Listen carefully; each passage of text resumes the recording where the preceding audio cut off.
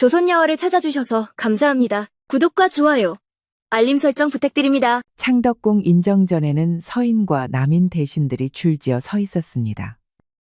붉은 단청 위로 아침 햇살이 스며들었지만 그 밝음 속에서도 신하들의 얼굴은 응달처럼 굳어 있었습니다.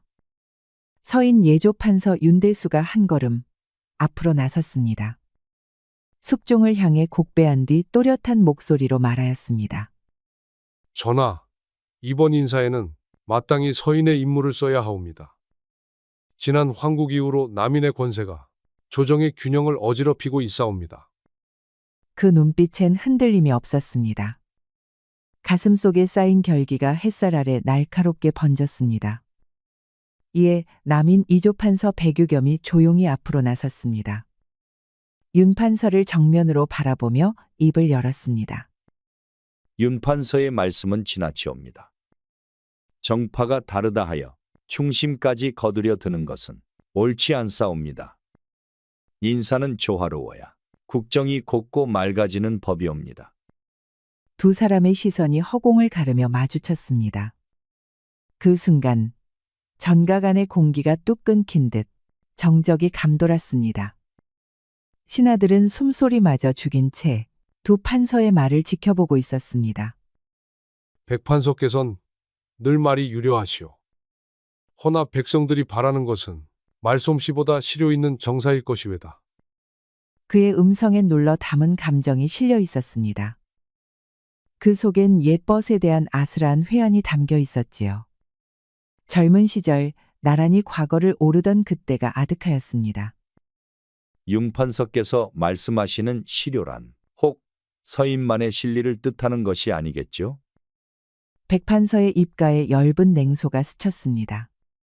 그는 윤판서의 눈빛에서 묘한 감정을 읽었지만 이미 돌이킬 수 없는 길 위에 서 있었습니다. 숙종은 묵묵히 두 사람을 바라보았습니다. 그 곁으로 박상궁이 조심스럽게 다가가 귓가에 무어라 속삭였습니다. 그때 전각 바깥으론 가느다란 봄비가 내리기 시작했습니다. 기와를 두드리는 빗소리가 긴장된 공기를 눅눅하게 적셨습니다. 백판서, 우리가 이토록 대립하여 무엇을 얻겠소? 조정은 분열되고 백성은 날로 시달리는데 말이오. 윤판서의 목소리는 잠시 부드러워졌습니다. 허나 백판서의 굳은 낯빛을 보며 이내 다시 단단히 굳었지요. 윤판서께서 진정 나라를 위하신다면 먼저 서인의 독선부터 거두심이 어떠하겠습니까? 그의 마지막 말엔 숨은 결의가 담겨 있었습니다. 눈빛은 흔들림 없이 윤판서를 꿰뚫었습니다. 윤판서는 그 시선 속에서 예전의 동지가 아닌 낯선 이의 냉기를 느꼈습니다. 시절은 사람을 바꾸어 놓는 법이었습니다. 그날 밤 남인 백판서의 저택에는 측근 몇 사람이 조용히 모여들었습니다. 촛불 아래 얼굴에 어른거리는 그림자 속으로 숨죽인 속셈들이 들락거렸습니다. 윤판서를 꺾으려면 그의 가장 가까운 틈새를 노려야 하오. 그래서 생각해낸 방책이 하나 있소이다. 좌우에 앉은 이들이 고개를 들었습니다. 그 중에서도 이정구는 조심스럽게 몸을 앞으로 기울였습니다. 대감, 그 방책이란 어떤 것이옵니까? 윤판서는 민첩하고도 예리한 자라 상식적인 수단으론 어림없사옵니다. 내 딸 정란이를 윤판서에게 드리겠소. 정원을 핑계로 화친을 청하는 척하면서 실상은 그 속을 파헤치는 것이외다. 허나 대감, 정랑아 씨는 아직 약관의 나이 아니옵니까? 그리고 윤판서가 과연 그 제안을 고지고대로 받아들일지. 백난이는 22이오. 그리고 총기가 밝아 내 뜻을 거스르지 않을 것이외다. 윤판서는 호라비가 아닌가. 꽃다운 교수를 마다할 까닭이 없을 것이오. 백판서는 딸 이야기를 하며 끝내 목소리를 낮추지 않았습니다. 허나 찻잔을 쥔 손끝이 희미하게 떨리고 있었음을 그 누구도 알아채지 못했습니다. 그날 새벽 백판서의 서재에선 촛불만이 희미한 그림자를 들이우고 있었습니다. 이때 문 밖에서 조심스런 발소리가 들려왔습니다. 아버님, 이 밤중에 부르시다니 무슨 급한 일이라도 있으시옵니까? 백판서는 딸을 말없이 바라보았습니다. 잠시 침묵이 흐르다 그는 낮은 목소리로 입을 열었습니다. 정나나 너에게 한 가지 중대한 일을 맡기려 한다. 우리 가문의 명운과 남인의 앞날이 내 손에 달려 있느니라. 그 말 끝에 백판서의 눈가가 잠시 흔들렸습니다. 허나 곧 냉정한 표정으로 돌아왔습니다. 정나는 눈을 깜빡이며 조용히 고개를 끄덕였습니다. 며칠 뒤 윤판서는 뜻밖의 서찰을 받 깊은 생각에 잠겨 있었습니다. 백판서가 화친의 뜻을 내비치며 혼담을 먼저 제안해 온 것입니다. 그는 사랑채에 앉아 정원 너머로 핀 봄꽃을 바라보았습니다. 백대감이 먼저 손을 내밀다니 과연 진심일까? 아니면 또 다른 계략일까? 윤판서는 조용히 찻잔을 들었습니다. 그러나 차는 이미 식어 있었고 그의 마음 또한 풀릴 기미가 없었습니다. 그때 문 밖에서 정중한 목소리가 들려왔습니다. 백판서가 직접 정난이 데리고 찾아온 것이었습니다. 윤판서 나리, 오늘은 딸을 데리고 인사를 드리러 왔사옵니다. 정나나 어서 인사드려라. 정난이는 조용히 앞으로 나와 단정히 절을 올렸습니다. 살짝 고개를 숙인 그녀의 얼굴은 햇살을 받아 투명하게 빛났습니다. 그 단아한 자태가 윤판서의 시선을 붙들었습니다. 윤대감나리께 아뢰옵니다. 아버님께서 늘 대감마님의 덕망을 높이 말씀하시었사옵니다. 그녀의 음성은 맑고 고요하였습니다. 말끝마다 배인 절제된 기품이 사랑채 안공기를 맑게 가르듯 흘렀습니다. 윤판서는 조용히 고개를 끄덕였습니다. 백대감의 따님이 이리도 단정하실 줄은 몰랐소이다. 소문보다 훨씬 고우시구려. 정난이는 말없이 고개를 다시 숙였습니다. 볼이 은은하게 붉어졌고 그 붉음이 윤판서의 마음을 은근히 흔들었습니다. 백판서는 잠시 눈치를 살핀 뒤 조심스럽게 말을 꺼냈습니다. 윤대감, 만약 두 집안이 혼인으로 맺어진다면 서인과 남인의 화합에도 작지 않은 이로움이 있으리라 사료되옵니다. 부디 긍휼히 여기시어 허락해 주시길 바라옵니다. 그 말에 윤판서는 눈을 들어 다시 정난이를 바라보았습니다. 정난은 아무 말 없이 고요히 앉아 있었지만 그 존재만으로도 방 안의 공기가 달라져 있었습니다. 그리고 그 순간 그는 마음 한구석에 번지던 의심의 실타래가 천천히 느슨해지고 있음을 느꼈습니다. 윤판서는 한동안 말이 없었습니다. 기울어진 햇살이 사랑채 기둥을 타고 내려와 그의 옷자락 끝을 물들였습니다. 백대감의 뜻은 알겠소. 다만 정나나 씨의 생각은 어떠하신지요? 그는 고개를 돌려 정난을 바라보았습니다. 그 눈빛엔 정치와는 다른 조심스러운 진심이 담겨 있었습니다. 아버님의 뜻이 곧 제 뜻이옵니다. 그리고 윤대감나리께서 같은 길을 걸으신다면 그것만으로도 감사할 일이 없지요. 정난은 고개를 숙였습니다. 허나 말끝이 가늘게 떨렸고 그녀의 속마음엔 아직 알 수 없는 파문이 일고 있었습니다. 한 달 뒤 윤판서와 정난이의 혼례가 성대히 치러졌습니다.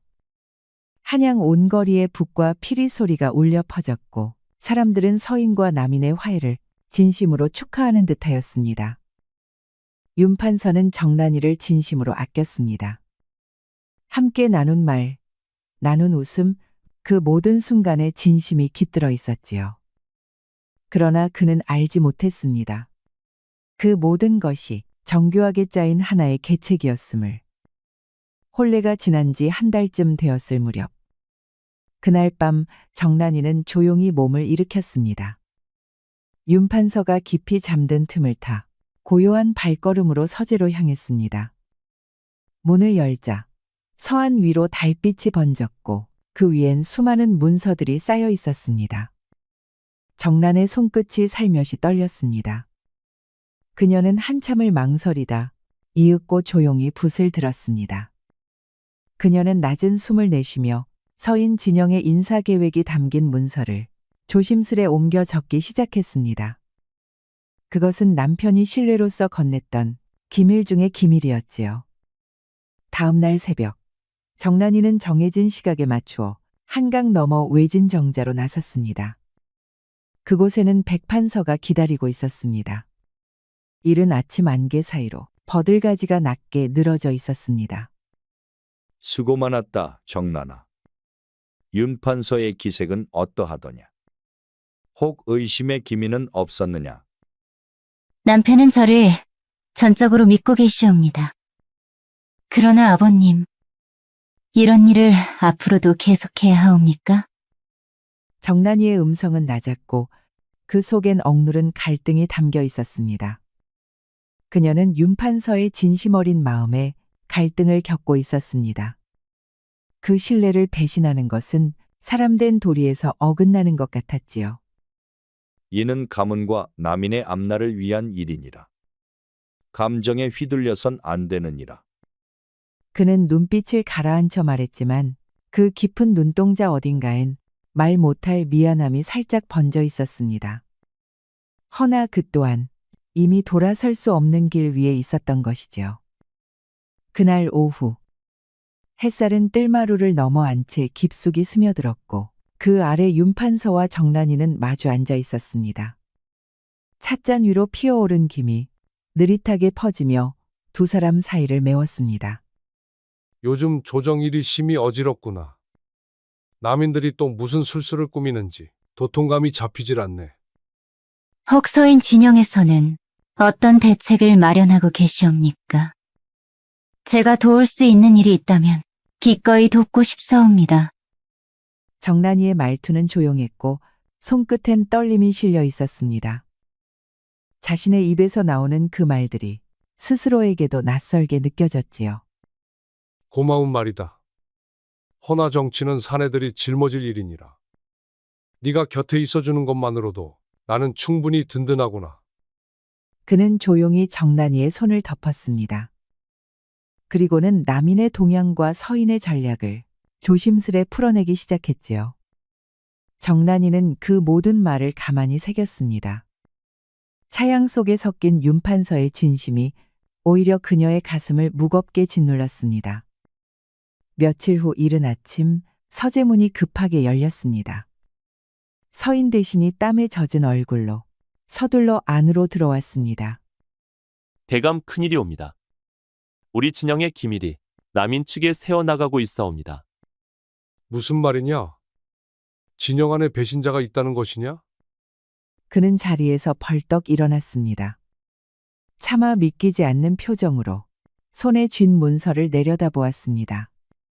지난 인사 계획서가 고스란히 남인에게 넘어갔사옵니다. 그들이 미리 대응책을 세운 걸로 보아 내부에서 흘러나간 것이 분명하옵니다. 문서의 모서리를 따라 윤판서의 시선이 천천히 흘렀습니다. 거기엔 분명 자신이 봉인했던 서인 핵심 전략이 담겨 있었지요. 그렇다면 그 문서들을 본 이는 누구 누이더냐? 대감께서 깊이 신뢰하시던 이들 중에서도 혹시라도 수상한 이가 계시옵니까? 대신의 목소리는 낮았습니다. 공경과 조심이 섞여 있었지요. 그 또한 감히 짐작조차 하기 어려운 말을 이제야 입 밖으로 꺼낸 것이었습니다. 윤판서는 아무 대답도 하지 않았습니다. 그의 뇌리엔 정란의 얼굴이 떠올랐지만 곧 고개를 저으며 생각을 거두었습니다. 아니야. 정란이가 그럴 리는 없다. 아니다. 다른 가능성부터 살펴보자. 그는 자리에 앉아 두 손을 꼭 모았습니다. 그러나 마음 한구석, 작고 날카로운 의심 하나가 조용히 숨을 쉬고 있었습니다. 그날 오후 윤판서는 문득 정란의 말투와 걸음을 눈여겨보기 시작했습니다. 평소에는 스쳐 지나갔던 것들이 그날따라 하나하나 눈에 들어왔습니다. 차를 들고 서재로 들어와 문 너머를 곁눈질하던 모습. 밤중이면 늘상 화장실을 간다던 말. 그 모든 것이 새삼스럽게 느껴졌습니다. 오늘도 조정일로 마음이 무거우시겠지요. 혹시 무슨 걱정이라도 있으시온지요? 정란이는 평소처럼 다정한 얼굴로 물었습니다. 허나 그 말이 이제는 달리 들리기 시작했지요. 별다른 일은 없소. 다만 요즘 부쩍 잠을 설쳐서 말이오. 그는 조용히 눈길을 주었습니다. 혹시 떨리는 숨결, 흔들리는 눈동자가 있는지 살폈습니다. 그러나 정란이의 표정은 고요했습니다. 그러시다면 마음을 편히 하는 약차라도 끓여드릴까요? 그녀의 배려는 익숙하고 다정했지만 윤판서의 가슴 한구석에 피어난 의심은 이제 더는 꺼지지 않았습니다. 며칠 뒤 밤, 윤판서는 끝내 결심을 굳혔습니다. 서한 위에 거짓 문서를 하나 올려두었습니다. 남인을 척결하겠다는 허위 전략이 적혀 있었습니다. 내일 일찍궁에 나가야 하니 먼저 잠자리에 들겠소. 그는 평소처럼 말하고는 서재 곁 어둠 속에 몸을 숨겼습니다. 그녀가 무엇을 하는지 스스로 두 눈으로 확인하고자 한 것이었지요. 편히 주무셔요. 저도 곧 들겠사옵니다. 정란이는 고개를 숙였습니다. 그 순간 눈길이 잠시 서안 쪽으로 스쳤습니다. 그 작은 움직임을 윤판서는 놓치지 않았습니다. 한 시즌이 지났을 무렵 정란이는 조심스럽게 서재문을 열고 들어섰습니다. 초를 밝혀 어슴푸레한 빛이 퍼졌고 그녀는 이내 서안 앞에 앉았습니다. 하여 붓을 들어 옮겨 적기 시작했습니다. 문서 위엔 서인을 몰락시키기 위한 남인의 계획을 유도하는 거짓된 내용이 적혀 있었습니다. 그때 서재문이 살며시 열렸습니다. 그 어둠 속에서 윤판서가 조용히 모습을 드러냈습니다. 지금 무엇을 하고 있는 거요? 그 목소리는 낮았고 서늘했습니다. 정란이는 놀라 고개를 돌렸고 그 손엔 아직 붓이 들려 있었습니다. 서한 위에는 갓 베껴 쓰기 시작한 문서가 그대로 놓여 있었지요. 정란이는 말을 잇지 못했습니다. 두 뺨이 창백해졌고 숨이 가빠졌습니다. 그 문서는 내가 일부러 놓은 거짓 정보였다. 그래 너였구나. 그의 음성은 무미했고 눈빛엔 상처가 깊이 드리워졌습니다. 사랑했던 사람의 손에서 칼이 나올 줄은 몰랐던 것이지요. 제발 들어주셔요. 저에게는 어쩔 수 없는 사정이. 어쩔 수 없는 사정이라. 그리 말하면 백판서의 명이었단 말이겠지. 처음부터 다 짜인 계략이었다는 거냐? 정란이는 눈을 질끈 감았습니다. 그가 진실을 모두 알게 되었음을 느낀 것입니다. 처음에는 아버님의 뜻이었사옵니다. 허나 지금은 진심으로 당신을 사랑하고 있습니다. 그녀의 두 눈에 눈물이 고였습니다. 뺨 위로 또렷이 흘러내리는 물줄기가 서한의 문서를 적셨습니다. 이렇게 배신하면서도 사랑을 입에 담느냐? 너와 네 아비가 벌인 일은 반드시 그 대가를 치르게 될 것이다. 그는 문을 열고 서재를 나섰습니다. 뒤에는 말없이 무너진 정란이가 남아 있었습니다. 그 순간 윤판서의 마음 깊은 곳엔 슬픔과 분노, 그리고 차가운 결심이 서서히 피어오르고 있었습니다. 다음 날 아침, 창덕궁 인정전에는 서인과 남인 대신들이 나란히 도열해 있었습니다. 그러나 그날따라 정각 안의 공기는 유독 무거웠습니다. 그때 윤판서가 앞으로 나섰습니다. 숙종을 향해 깊이 절을 올리고 차분하되 단호한 음성으로 입을 열었습니다. 전하, 신이 오늘 조정에서 한 가지 중대한 사실을 고하오니 부디 진심으로 들어주시옵소서. 이는 남인 진영의 은밀한 배신과 관련된 일이옵니다. 정각 안의 대신들이 일제히 시선을 모았습니다. 백판서는 미세하게 눈썹을 찌푸렸습니다. 허나 곧 침착한 척하며 맞섰습니다. 갑자기 무슨 말씀을 하시는 것이요? 근거도 없이 남인을 모함하려 하시는 것은 아니겠지요? 그의 입가엔 여느 때처럼 웃음이 걸려 있었으나 목소리의 떨림은 지우지 못했습니다. 몇몇 대신들은 그 떨림을 놓치지 않았습니다. 근거라 하셨소? 그렇다면 이것을 보시지요. 그는 품에서 조심스레 서너 장의 문서를 꺼냈습니다. 모두 정난의 손으로 베껴 쓴 서인 진영의 기밀 문서들이었습니다. 또한 그 속엔 백판서의 친필로 된 서신도 함께 있었습니다. 이 문서들은 제 아내 정란이 손수 베껴 쓴 것이옵니다. 백대감께선 딸을 제게 혼인시키며 저를 염탐토록 지시하였고 저의 신뢰를 이용해 서인의 극비를 가로채셨습니다. 그 말이 끝나자 전가가는 삽시간에 술렁이기 시작했습니다. 서인의 좌열은 격노했고 남인의 우열은 침통한 침묵에 빠졌습니다. 그런 일은 없사옵니다. 윤대감께서 무슨 착오를 하고 계신 것이옵니까? 백판서는 당황한 기색을 감추지 못했습니다. 손끝이 미세하게 떨렸고 이마에 이슬 같은 땀이 맺혔습니다. 그러나 윤판서는 물러서지 않았습니다. 착오라 하셨소? 그렇다면 이 서신은 어찌 설명하시겠습니까? 그는 한 장의 종이를 높이 들어 보였습니다. 누가 보아도 분명한 백판서의 친필이었습니다. 백대감께서 직접 정난에게 보낸 지시문이옵니다. 남편의 비밀을 은밀히 알아오라고 적혀 있지 않습니까? 궁안의 바람조차 멎은 듯 인정전은 정적에 잠겼습니다. 그 누구도 함부로 숨을 쉬지 못했습니다. 숙종의 낯빛이 점점 굳어졌습니다. 한기처럼 서늘한 침묵이 정각안을 천천히 덮어왔습니다. 백판서, 지금 이 말이 사실인가? 그대가 친딸을 이용해 윤판서를 속인 것이더냐? 전하시는 다만 남인의 자리를 지키고자 하였을 뿐이옵니다. 백판서는 바닥에 무릎을 꿇었습니다. 그 어깨가 조용히 떨렸고 얼굴은 창백하게 질려 있었습니다. 이런 사특한 계략을 눈감아선 아니 되옵니다. 조정의 기강과 백성의 신뢰를 위해서라도 마땅한 처결을 내려주시옵소서.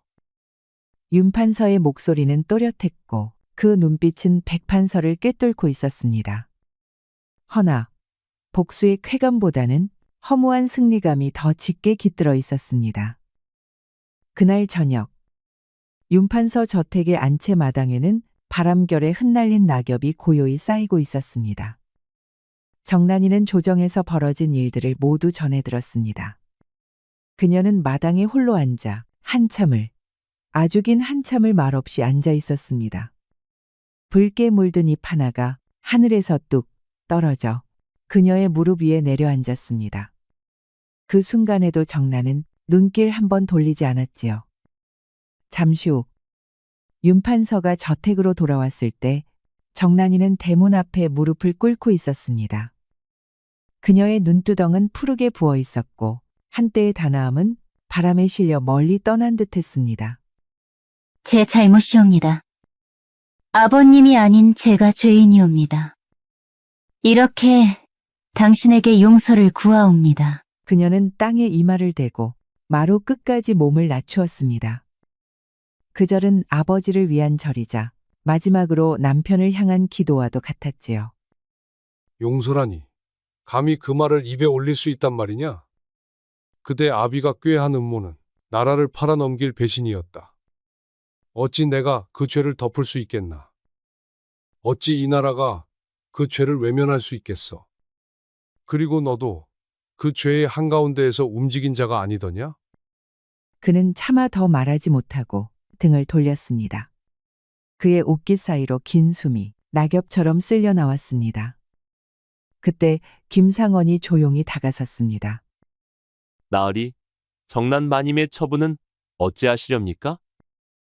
윤판서는 말없이 주먹을 움켜쥔 채 그 자리에 섰습니다. 사랑과 죄, 그 두 줄기의 칼날이 가슴팍을 찢고 지나가는 듯했지요. 만일 제가 제 손으로 죄를 씻는다면 아버님을 용서해 주실 수 있으시옵니까? 그녀의 말에 윤판서와 김상원 모두 숨을 멈췄습니다. 그녀의 눈빛엔 결연함이 서려 있었고 손에는 어느새 꺼내든 은장도가 들려 있었습니다. 그런 말 하지 마라. 설마 그런 생각을. 저는 아버님의 명을 거역할 수 없었고 당신의 믿음 또한 저버릴 수 없었사옵니다. 그러니 저의 존재가 죄였사옵니다. 정란아, 그 칼을 내려놔라. 너는 죄인이 아니야. 네가 죽는다고 모든 것이 끝나는 것은 아니다. 하지만 그 외침은 닿지 못했습니다. 사랑하옵니다. 그리고 용서해 주시옵소서. 그녀의 두 눈이 마지막으로 감겼고 그 순간 칼날이 정란이의 목줄기에 닿았습니다. 정란이의 몸이 조용히 무너졌고 마루 위에 남은 건 피와 눈물뿐이었지요. 윤판서는 그녀를 끌어안은 채 무너졌습니다. 그의 입술은 떨렸고 울음은 목구멍을 찢고 터져 나왔습니다. 그가 바라던 정의는 이루어졌으나 그가 품었던 사랑은 이제 영영 돌아오지 않게 된 것이었지요. 며칠 뒤의 밤, 사당엔 정란의 영정이 놓여 있었고 그 앞에 윤판서가 홀로 앉아 있었습니다. 촛불이 흔들릴 때마다 영정의 얼굴이 생전처럼 눈을 감았다 떴습니다. 정란아, 네가 이렇게 떠날 줄은 몰랐다. 모든 것이 그 아비의 야욕 때문이었다. 그의 목소리는 나직했으나 울컥 밀려드는 감정은 감추지 못했습니다. 백판서, 그 자를 그냥 둘 수는 없다. 내 아내를 이토록 비참하게 만든 자, 반드시 대가를 치르게 하겠다. 그는 천천히 일어섰습니다. 정란이의 영정을 향해 절을 올리는 그의 등에는 비장한 결의가 묻어나고 있었습니다. 윤판서는 김상원을 불러 일렀습니다. 백판서가 진정 소중히 여기는 것이 무엇인지부터 알아보시오. 정란이를 바둑알처럼 희생시킨 그자에게 가장 아끼는 것을 빼앗아야겠소. 그자는 권력과 명성을 자신의 생명처럼 여기는 이오입니다. 남인 진영의 우두머리 자리, 그것이야말로 정대감의 심장이라 할 수 있사옵니다. 좋소. 그자를 권좌의 정점에서 나라 끝으로 떨어뜨리겠소. 정란이를 궁지로 몰아넣은 데가 내가 직접 갚아주리다. 윤판서는 정란의 영정에 마지막 절을 올리고는 조용히 사당을 나섰습니다. 며칠 후의 밤, 한양 외진 뒷골목, 촛불 하나에 의지한 허름한 주점 안에 두 명의 사내가 마주 앉아 있었습니다. 이 대감, 밤중에 이렇게 뵙자 청한 것 신뢰가 크오. 허나 조용히 나눌 이야기가 있어 이렇게 자리를 마련했사옵니다. 김상원은 주변을 살핀 뒤 술잔을 조심스레 밀었습니다. 그의 얼굴에는 정막 속에 감춰진 계산이 어른거렸지요. 김대감께서 일이 은밀히 만나자 하시니 혹시 백대감과 관련된 일이옵니까? 이대감은 손끝을 술잔에 가져가며 말했습니다. 남인의 수장인 백판서에 대한 소문이 조정 안팎으로 번지는 중이었기에 그 역시 마음이 편치 않았지요. 백대감 말씀이요. 이대감께서도 잘 아시지 않소이까. 그분의 입지가 이제 그리 오래가지 못할 것이란 사실을. 허나 저는 아직 백대감의 사람으로 남아 있사옵니다. 그분을 두고 함부로 말을 옮길 수는. 그가 말을 마치기 전에 김상원은 품 안에서 무거운 주머니 하나를 꺼내 탁자 위에 조용히 올려두었습니다. 이대감, 그대처럼 총명한 분이라면 지금의 형세가 어떠한지 누구보다 잘 아실 것이오. 이제라도 슬기로운 길을 택하신다면 앞날이 훨씬 평탄해질 것이오. 저더러 무엇을 원하시는 것이옵니까? 이정구의 목소리는 낮고 조심스러웠지만 그 속에는 이미 타협의 기운이 묻어 있었습니다. 크게 어려운 일은 아니오. 그저 백대감께서 요사이 어떤 말씀을 하시는지, 혹 불경한 뜻이 담긴 문서가 오간 적은 없는지, 그런 사소한 것들을 알려주시면 그만이오. 그 말을 들은 이정구는 얼굴빛이 확 달아졌습니다. 순간 이 자리가 단순한 매수가 아니라 영모제를 씌우기 위한 덧침을 눈치챘지요. 백대감께서 아무리 정치적으로 과격하시다 해도 그런 일을 벌이고 있지는 않소이다.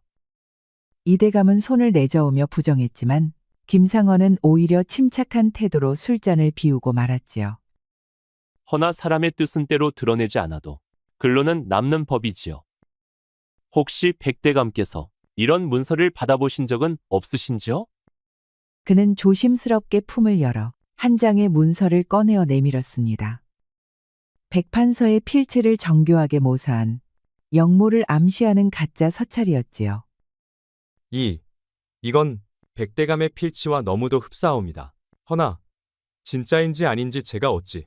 이대감은 문서를 받아들고 망연히 쳐다보았습니다. 종이 위 글자는 살아있는 듯 생생했고 그 문맥 또한 실제로 백판서가 썼을 법한 내용처럼 보였지요. 이 문서를 백대감께 전해보시지요. 그리고 그의 반응을 유심히 살펴주십시오. 만일 이 문서가 진짜인 양 받아들여진다면 이대감께서도 그 자리에 함께 계신 것으로 간주될 수 있사옵니다. 만약 제가 이 일에 협조한다면 제 신변은 확실히 지켜주실 수 있겠습니까? 물론이요. 윤판서께서도 이대감의 해안을 분명 높이 사실 것이외다. 걱정 마시오. 이제 백대감의 운명은 이미 정해진 길을 향해 나아가고 있으니.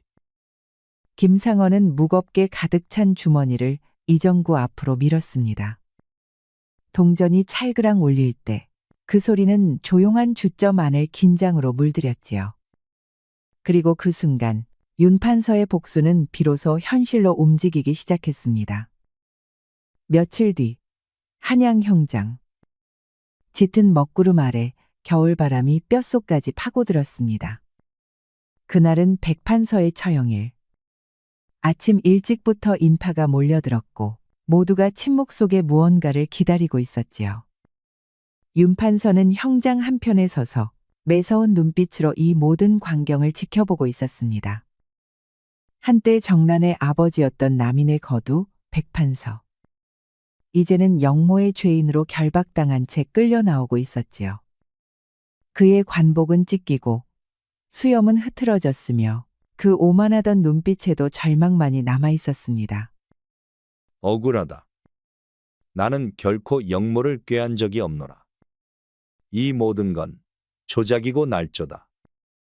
그가 마지막까지 울부짖었지만 그 외침은 찬바람에 흩어질 뿐 그 누구도 귀 기울이지 않았습니다. 너무나 완벽했던 증거. 너무나 치밀했던 함정. 형리의 손이 들린 칼이 천천히 하늘을 가르며 솟아올랐습니다.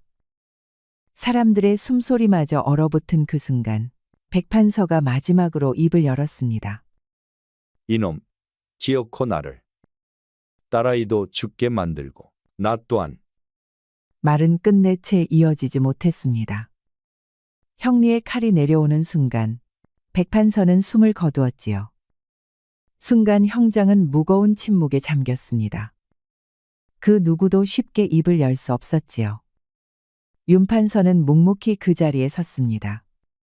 바람이 옷깃을 휘날렸고 그의 눈빛에는 오랜 원한을 갚은 자의 차가운 만족이 스며 있었습니다.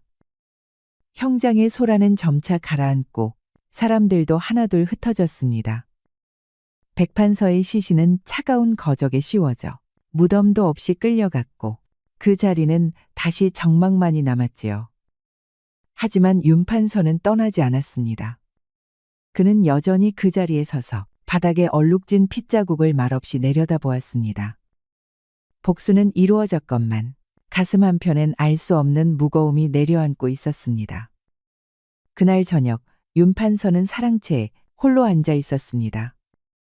백판서가 처형된 날 저택엔 승리의 기쁨 대신 낯빛 침묵만이 내려앉았지요.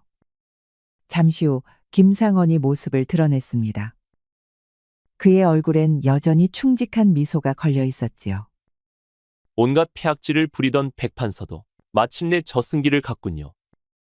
이제 정남마님의 원한도 풀리고 꼴도 보기 싫은 남인놈들도 활개치지 못할 겁니다. 하지만 윤판서는 대꾸하지 않았습니다. 그의 찻잔은 식어 있었고 눈빛엔 어딘지 모를 침울함이 감돌았지요. 이것이 과연 옳은 일인가 싶다. 말끝이 씹혔습니다. 그가 느끼는 공허함은 결코 양심의 소리가 아니었지요. 단지 본인이 기대했던 만족감이 오지 않은 것에 대한 당혹감이었을 뿐. 혹시 후회라도 하시는 것이옵니까? 후회, 그럴 자격이 있긴 한가. 정란이를 믿지 못했고 이용했고 끝내는 죽게 만들었지. 그 아비와 뭐가 다르냐? 나도. 정란이는 아비와 남편 사이에서 찢겨 죽었다. 나는 그걸 뻔히 알면서도 모른 척했다. 정이랍시고 복수라 했지만 결국은 내 체면, 내 자존심이 문제였지. 그래도 백판서는 죗값을 받았사옵니다. 마땅한 일이었지요. 마땅하다고? 그놈의 최후를 지켜보며 통쾌해야 했겠지. 하지만 나는 장인어른의 딸을 죽인 놈이자 그 아비를 죽인 사위야. 그것이 무슨 승리더냐? 김상원은 더 이상 무슨 말을 덧붙일 수 없었습니다. 정란이의 죽음은 어느 한 사람의 책임이 아닌 욕망에 물든 이들 모두의 공모였으니까요. 며칠 뒤 윤판서는 언덕 위 무덤을 찾았습니다. 봄바람이 불어와 새싹들이 일어나고 있었지만 그 발걸음은 여전히 무거웠지요. 정란아, 내가 백판서를 죽였다고. 그게 너를 위한 일이었을까? 사실은 그냥 내가 하고 싶었던 일일 뿐이었구나. 그는 무덤 앞에 앉아 침묵했습니다. 말을 이어갈수록 자신이 어떤 짓을 했는지 점점 더 또렷이 떠올랐기 때문이지요. 네가 원했던 건 화해였고 나는 증오를 택했다. 너의 간절함을 짓밟고도 나는 정당하다고 믿었지. 결국 너를 죽게 만든 건 너의 아버지도 이 나라도 아니라 바로 나였다는 걸 이제야 안다. 윤판서는 천천히 일어섰습니다. 그의 표정엔 더 이상 정치적 결의 같은 허울은 없었습니다. 단지 되돌릴 수 없는 죄에 대한 인식, 그것뿐이었지요. 백성을 위한 정치를 하겠다. 그래, 그 말도 결국 날 위로하려는 자기 위안 아니었겠나. 너를 죽게 만들고 나서야 무슨 정의를 논한단 말이냐. 무덤 앞에 조용히 절을 올린 그는 더 이상 말을 잇지 않았습니다. 다짐 같은 말로 자신을 덮는 것을 이제는 하지 않기로 마음먹었기 때문이지요. 윤판서는 언덕을 내려가며 마지막으로 속삭였습니다. 나는 씻을 수 없는 죄를 지었다. 평생 그 죄와 함께 살아가겠다. 그게 내가 네 앞에서 할 수 있는 유일한 속죄다. 햇살은 따뜻했지만 그의 그림자는 길고 어두웠습니다. 이제 그는 비로소 복수자가 아닌 죄인의 길 위에 서 있었지요. 법구경에서 이르기를 분노를 품는 자는 뜨거운 숯을 움켜쥐고 남에게 던지려 하나 먼저 그 손부터 불타는 법이라 하였습니다. 욕된 마음은 결국 자신을 태우는 불씨가 되고 그 불씨를 정이라 부르면 어리석음은 더욱 짙은 연기로 번지지요. 윤판서는 원한을 정의로 착각했고 복수를 의무라 여겼습니다.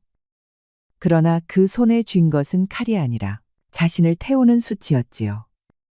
정란이는 그 손을 붙들어 말렸으나 그는 끝내 놓지 못했고 불은 돌아 윤판서를 삼켜버렸습니다. 이제 그가 얻은 승리는 죄가 된 마음 위에 쓸쓸히 서 있을 뿐입니다. 이렇듯 우리 모두 증오를 품기보다는 사랑과 용서를 가져야겠습니다. 우리 이야기가 여러분들에게 조금이나마 재미를 선사할 수 있기를 바랍니다. 다른 재미있는 영상도 많으니 즐겁게 봐주세요. 그럼 여러분 모두 행복하고 즐거운 시간 되세요. 우리 이야기가 여러분들에게 조금이나마 재미를 선사할 수 있기를 바랍니다.